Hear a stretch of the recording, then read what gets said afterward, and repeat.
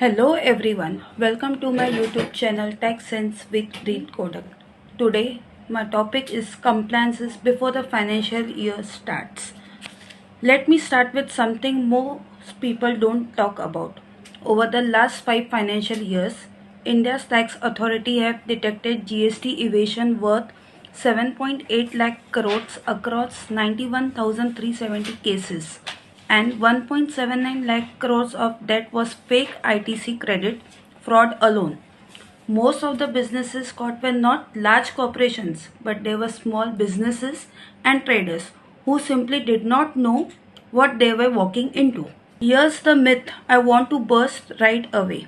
I will figure it out at the end of the year.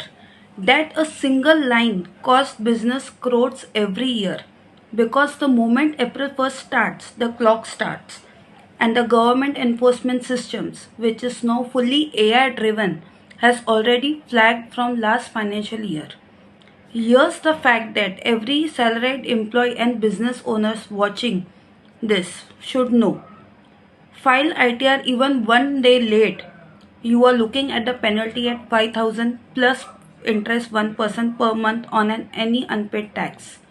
Underreport income and the penalty shows up to 50% to 200% of the tax due. Starting April 26, India has moved to a completely new law.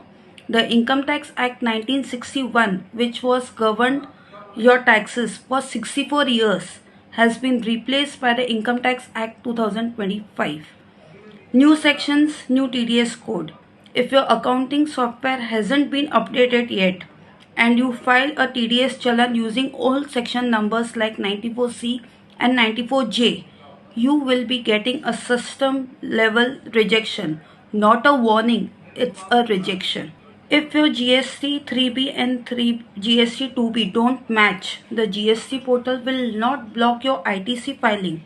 The penalty for non-cooperation with a tax officer during a field visit has also gone from 1,000 to 25,000 effective this financial year. 7 changes, all alive, all starting today. The question is not whether you should plan your compliances, but the question arises, can you afford not to do? We are going to walk through 3 areas in this video in a part: income tax, GST and TDS, and I am going to tell you exactly what changed and what you need to do.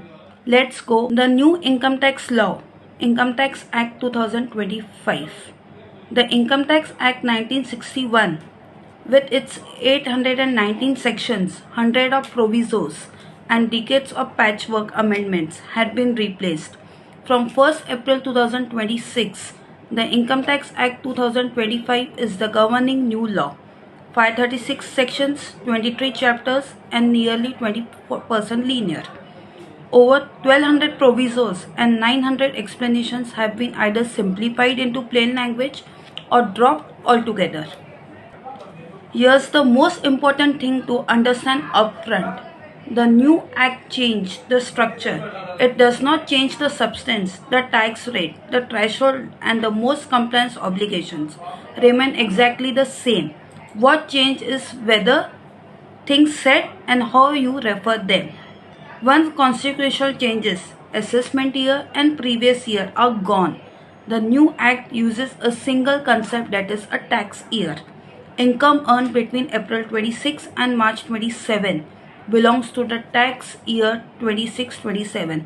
Clean, simple, no more confusion between AY and PY. Tax slabs, there are no such changes, same as for financial year 2025-26. The list I have attached in the video. Section 87A gives you zero tax up to 12 lakhs. Add the standard deduction 75,000 for the salaried individuals. Old regime is still alive, but you do not have to explicitly choose it. It is no longer the default. Additional point, submit your tax regime declaration to your employers before the 1st April payroll. If you miss, your employer defaults to the new regime for the entire year. Deadlines for filing your ITR returns: ITR 1 and ITR 2. that is salaried and simple income. 31st July, that is unchanged. ITR 3 and ITR 4, that is for business and professionals and non-audit. 31st August extended by 1 month. Tax audit cases 31st October 26, that is unchanged.